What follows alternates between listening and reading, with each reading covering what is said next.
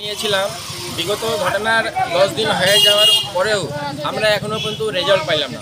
ওর জন্যই আমরা ডিসিশন নিলাম যে আজকে আমরা পথ অবরোধ করবো, প্রশাসনকে জানাবো কেন আমরা এটার আসামি ধরা পাইলাম না।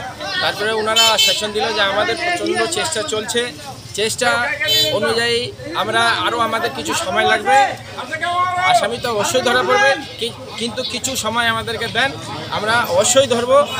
এটাই কয়ে উনি রিকোয়েস্ট করলো যে আপনারা একটু বাজার খুলে দেন, আপনারা পথ অবরোধ করে দেন। আমরা আশ্বাসন দিচ্ছি আমরা আসামি ধরবই যে কোনো। ব্যবসা যেহেতু আমাদের ডিসিশন 6টা অবধি বন্ধ রাখার ছিল, 6টা অবধি বন্ধই থাকবে, সেটা সবার ডিসিশন। আর বন্ধর পথ অবরোধ যেটা ছিল ওটা আমরা সরে নিচ্ছি, ওটা উঠে নিচ্ছি। ওনারা আসামি অবশ্যই ধরবে, ওনাদের সবই চলছে, গবেষণা সব চলছে, সব অনুসন্ধান ওনারা চলছে, তাতে একটু সময় লাগতেছে, সময়টা একটু কিছু দিতে লাগবে।